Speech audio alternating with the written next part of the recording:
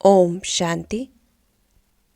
जैसा कि अव्यक्त मास में हम सभी पुरुषार्थ के लिए प्रेरित होते हैं, तो बाबा ने इसी के लिए अव्यक्त बनने के लिए हमें अव्यक्त इशारे दिए हैं कि जितना ज़्यादा हमें निश्चय होगा भगवान पर, स्वयं पर, समय पर और जो प्राप्तियां हमें हो रही हैं उसके ऊपर, जो मिलने वाला है उसके ऊपर, तो जितना निश्चय उतना ही हम अमर रहेंगे, पुरुषार्थ में आगे बढ़ते रहेंगे, पुरुषार्थ में मरेंगे नहीं, ज्ञान योग से आगे बढ़ेंगे।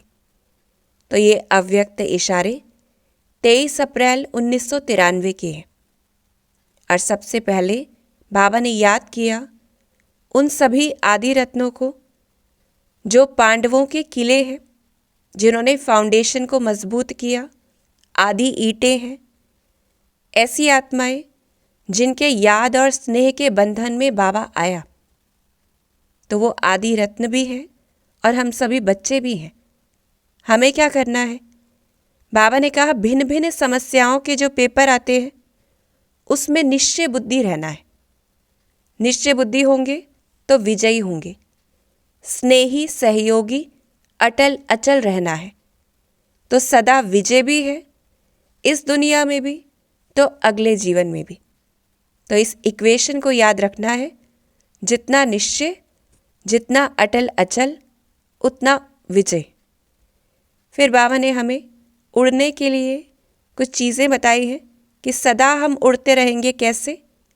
जैसे बाबा ने हम बच्चों के स्नेह में क्या कहा, जी हजूर हाजिर, और सिर्फ कहा नहीं, करके दिखाया।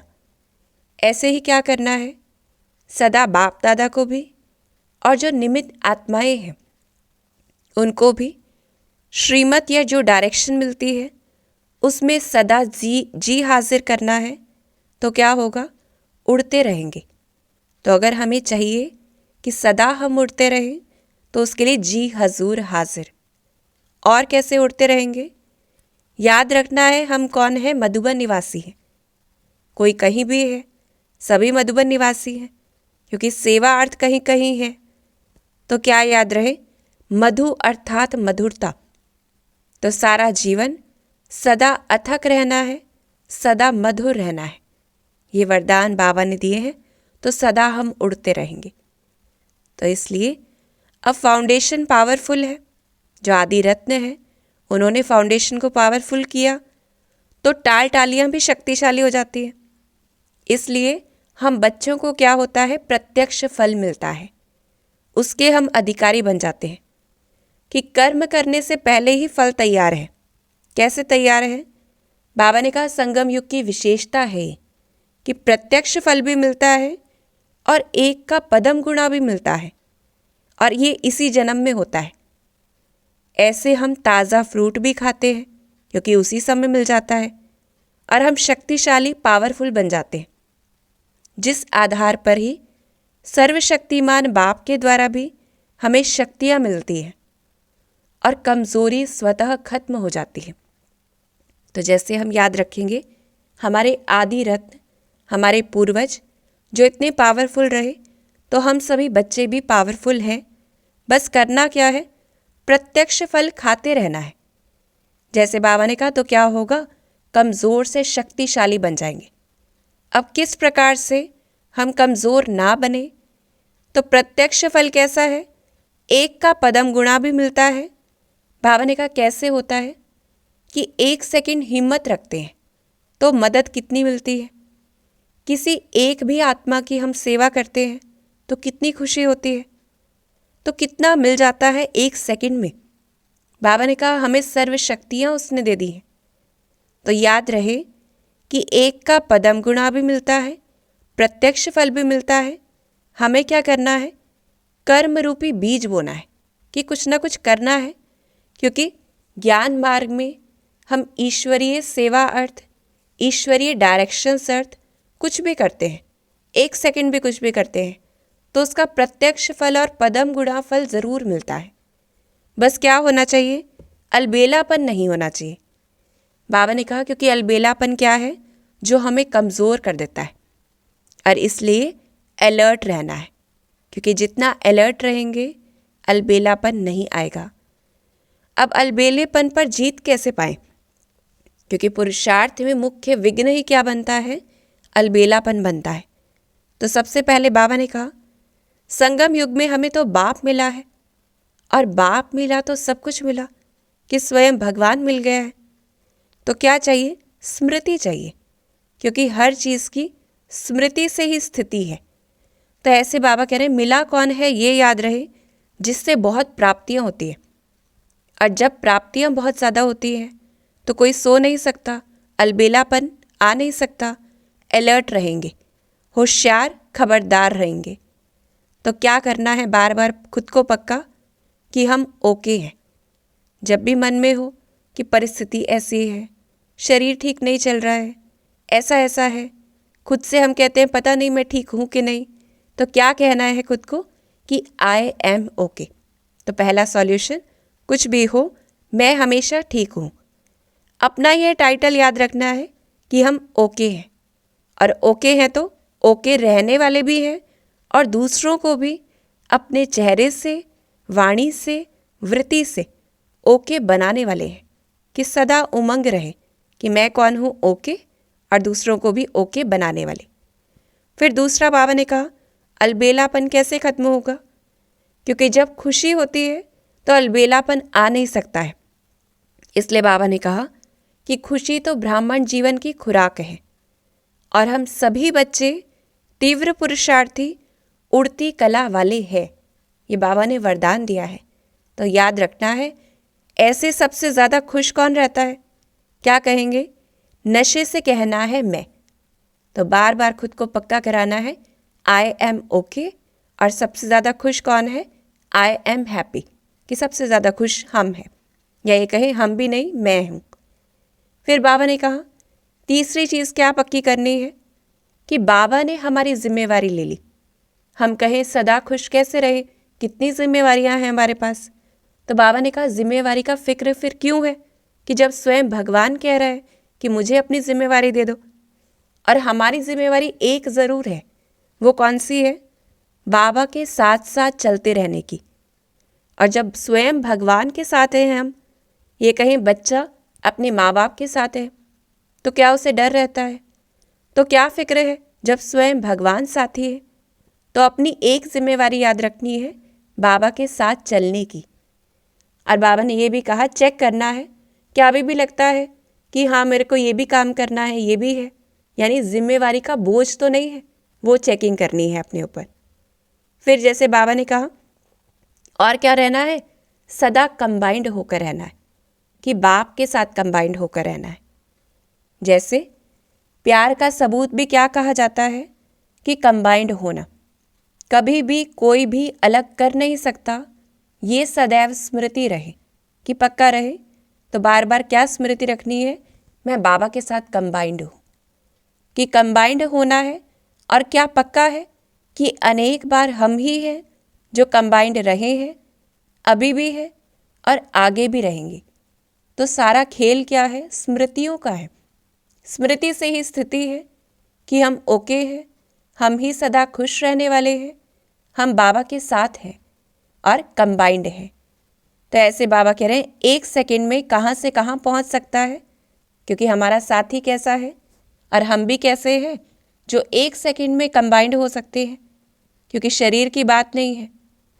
तो प्यार भी है और अधिकार भी है, जिसलिए हम क्या कहते हैं? मेरा बाबा। तो वो याद रहे कि वो मेरा है, मैं उसके साथ कंबाइंड हूँ। ऐसे बाबा ने कहा, अब अधिकार क्या मिलता है? कि जहाँ प्यार है तो अधिकार भी ज़रूर है। और इस समय ही ऐसा होता है जहाँ हम इस अधिकार का नशा रख सकते हैं, क्योंकि सतयुग में नहीं होता है। सतयुग में सिर्फ प्रारब्ध मिलती है। इसलिए बाबा कह रहे हैं, क्या अधिकार मिला हमें? कि इस समय 3 चीज़ें मिलती हैं। जैसे देने वाला बेहद का है, तो वो मिलता भी बेहद का है हमें। तीनों लोक, 3 तख्त और त्रिकालदर्शी। जैसे बाबा ने कहा कि तीनों लोक कैसे होते हैं? मूल वतन, सूक्ष्म वतन हमारा घर ही है। स्थूल वतन जहाँ हम राज्य करने वाले हैं, तो अप्राप्ति कुछ भी नहीं है। 21 जन्म की गारंटी है। तो क्या याद रहे, तो अलबेलापन खत्म हो जाएगा कि हम कौन है, अधिकारी आत्माएं हैं, कि तीनों लोक ही हमारे हैं। तो तीनों लोकों को देखें कि कैसे तीनों लोकों के ऊपर हम राज्य करते हैं। तीनों लोक हमारे स्वयं के हैं। और क्या होता है, 3 तख्त भी मिलते हैं। कि इस समय जो बाबा ने कहा है कि याद रहे, दिल तख्त तो जो बहुत बड़ा है, शिव बाबा का दिल तख्त, जिस पे कोई भी बैठ सकता है, जितने चाहे जितनी देर चाहे वो बैठ सकते हैं। तो हमें बनना है ऐसा जो बाबा के दिल तख्त पर बैठे। और कौन सा तख्त है, अकाल तख्त है। अब भ्रिकुटी तो सभी के पास है, सभी का तख्त है, लेकिन इसमें नशा क्या है कि हम कौन है, स्वराज्य अधिकारी हैं, हम खुद के राजा हैं, दूसरी आत्माएं राजा नहीं है। और कौन सा तख्त है, सतयुग का तख्त जो हमें मिलता है। तो क्या करना है, बाबा ने कहा स्मृति रहे, क्योंकि हर चीज़ में स्मृति से स्थिति है। तो स्मृति रहे कि बाप द्वारा सर्व प्राप्ति का अनुभव फिर सहज होता रहेगा। जितनी स्मृति, उस आधार पर सर्व प्राप्तियां हमें अनुभव होंगी। तो तीनों तख्त याद रखने हैं कि हमें कौन कौन से तख्त इस संगम युग पर ही मिलते हैं। और चेकिंग करनी है कि जैसे बाबा ने कहा, क्या इस समय भी लगता है कि कोई अप्राप्ति है, कोई पैसा चाहिए, कोई मकान चाहिए, कोई चीज़ चाहिए। क्योंकि जब हमें इतना मिल रहा है, अगर उसमें हम खुशी नहीं महसूस कर रहे हैं, तो कहीं ना कहीं हम दूसरी स्थूल चीज़ों में चाहते हैं खुशी होना, खुशी लेना। फिर हम कौन है, त्रिकालदर्शी हैं, तीनों कालों को हम जानते हैं। तो क्या करना है, कोई भी कर्म त्रिकालदर्शी बनकर करना है। और कैसे करते हैं त्रिकालदर्शी बन के कर्म, कि निश्चय हो हर समय, हर कार्य, हर संकल्प कल्याणकारी है, बुरा हो ही नहीं सकता। यह स्मृति सदा आगे बढ़ाती रहेगी। क्योंकि अधिकतर हम कोई भी कदम क्यों नहीं उठाते, हमें लगता है पता नहीं क्या होगा, पास होंगे, फेल होंगे। तो इसलिए बाबा ने कहा ये स्मृति रहे, तो सदा आगे बढ़ते रहेंगे कि हर कदम में कल्याण है। और कल्याण वो नहीं जो हम चाहते हैं, कल्याण ड्रामा में नूंद है। तो इसलिए क्या पक्का करना है, जो हुआ वो भी अच्छा, जो हो रहा है वो और अच्छा, और जो होने वाला है वह तो और भी बहुत अच्छा। अब ऐसा क्यों है, तो बाबा प्रैक्टिकल भी बताते हैं। सिर्फ ये स्मृति नहीं कि कल्याण है, लेकिन क्यों कल्याण है, क्योंकि हम इस समय श्रेष्ठ आत्माएं बनती हैं। तो हमारा संकल्प, बोल और कर्म वो अच्छा है, तो कल्याण ऑटोमेटिक है। फिर संगम युग कैसा है, जो कल्याणकारी युग है, और हमारे साथ बाबा है, तो वो कैसा है, विश्व कल्याणकारी है। और हम मास्टर विश्व कल्याणकारी बनते हैं। तो बाबा एक सूक्ष्म बात बता रहे हैं हमें कि जो विश्व का कल्याण करने वाला है, उसका अकल्याण हो ही नहीं सकता। तो ये प्रैक्टिकल चीज़ है कि क्यों कल्याण है हर चीज़ में, क्योंकि हर चीज़ कल्याणकारी है। तो जितना हम कल्याण करेंगे, उस आधार पर कहेंगे कि हमारे लिए सब कुछ कल्याणकारी है। तो अटेंशन देना है किस चीज़ पर, निश्चय पर, जो बाबा ने शुरुआत ही किया कि जितना निश्चय पक्का होगा तो विजय होगी। क्योंकि निश्चय के आधार पर हम अमर रहेंगे। निश्चय कैसे होता है, स्मृतियों से।